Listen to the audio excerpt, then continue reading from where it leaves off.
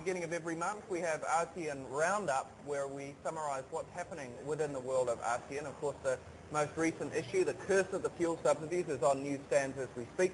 But we thought we'd better get the low down and dirty of what's actually happening within ASEAN. So it's with pleasure I introduce Daniel Schwartz, Vice President of Global Marketing from AseanAffairs. Daniel, thanks for joining us on Morning Talk. First of all, Obama, you're an American. Let's face it, it's big news for an American to have a black man as a president, but it's big news for the entire world. Does it affect ASEAN? I think it has significant effect on ASEAN. First, it has significant effect on the United States. As you said, the first time that a black person has been elected president of the United States, it was a pretty amazing campaign he ran using the internet and other capabilities.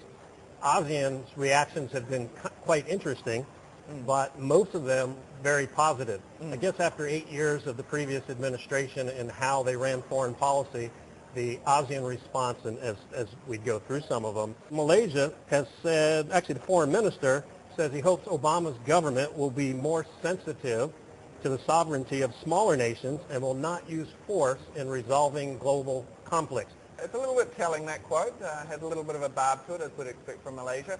Indonesia, now Obama spent some years in Indonesia, I understand. Yes, he went to school. Went to school in Indonesia, so probably quite a close relationship. Biggest Muslim country in the world? Correct.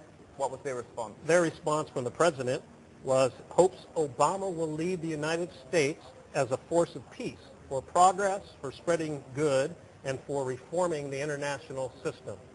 Here in Thailand, I'm not sure what the response was actually, but Philippines, I guess, is the largest ally of the United States. Very direct relationship between the two countries.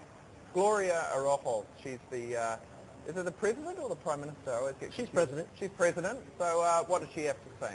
She said, we look forward to working closely with Obama in strengthening regional cooperation in the Asia-Pacific as well as the U.S. So you have to say these are pretty positive messages. Were there any surprises about some of the ASEAN members that were sending messages across to the Obama camp when he won?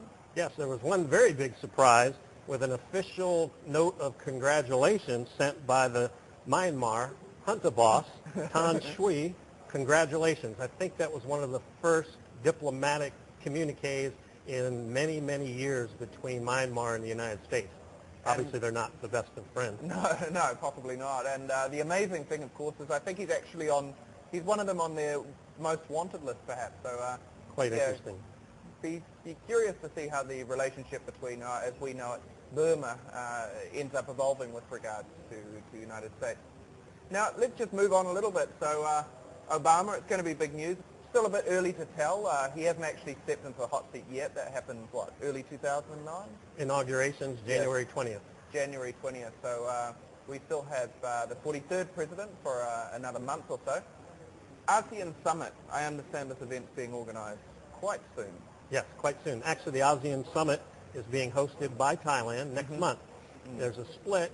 The government portion of the meeting is going to take place up in Chiang Mai, and the Business Council and the business forums will all still take place in Bangkok.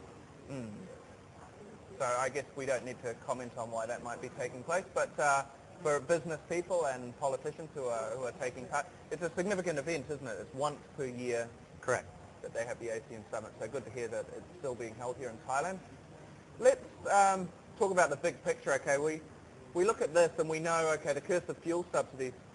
We start to become very aware that ASEAN, it's a powerful trading bloc, but we're still at the mercy of the global economy. Right now, I guess it's fair to say the global economy it's perhaps not looking too healthy in some respects, and so do you think these global issues are going to start affecting ASEAN members like Thailand, like Malaysia, Indonesia, and so on?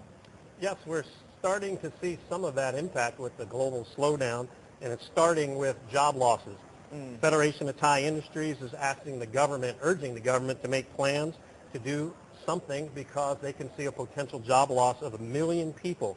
Yeah, I actually saw this not so long ago, and I was very surprised. 1 million, that's a big number because it's not 1 million out of 60 million people. It's 1 million out of the workers, which is about, what, 30, 35 million people. So it's a very significant proportion, 3% or something of the workforce.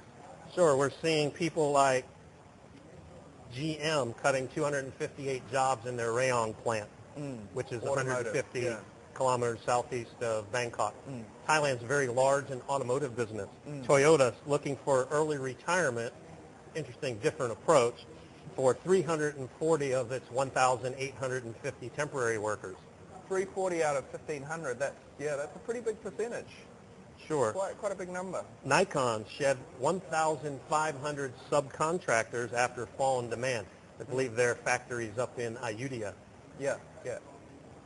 Down in Singapore, we see DBS Bank. And the banks have been the hit. banking sector, they've been hit very hard by this crisis. So DBS Bank, I don't think they're directly involved with subprime. Everybody's probably involved somehow. Everybody's got their hand in there somehow. So what's happened with DBS? So this is outside Thailand, Singapore now. Yeah, moving to Singapore, and it's still related to the job losses. DBS Bank's laying off 900 people by the end of November. NOL ship line cutting 1,000 jobs to save $200 million a year. Senior management of Temasek Holdings. Temasek Holdings, which is I think it's wholly owned company belonging to the Singapore government. It's their investment arm. They invested here in Thailand, I think. AIS is one of their significant assets that was sold to them when they took over Shin by a few different entities. So what's happened with Temasek? Temasek, senior managers are taking pay cuts between 15 and 25%. Oh, you wouldn't want to be an investment banker about now, would you? Tough business to be in. So pay cuts, but no job losses at Temasek, at least. No, not yet. And the president of Singapore just had his pay increase to about $2.5 million US. That must make him the highest paid prime minister or president in the world, wouldn't it? I believe so. It's 5 times what the U.S. president makes. Oh, because he's 5 times more important. No, seriously, I mean, it's interesting because Singapore, it's 4.5 million people. Their leader actually earns a huge salary, far in excess of what President Bush has been earning for the last 8 years now.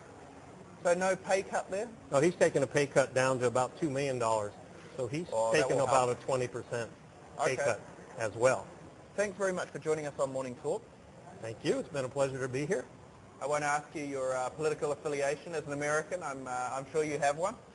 But coming up next month, I'm sure Mr. Roy will be back joining us. But if not, it's always a pleasure to have you on the show as well, Daniel. Okay, thank you very much.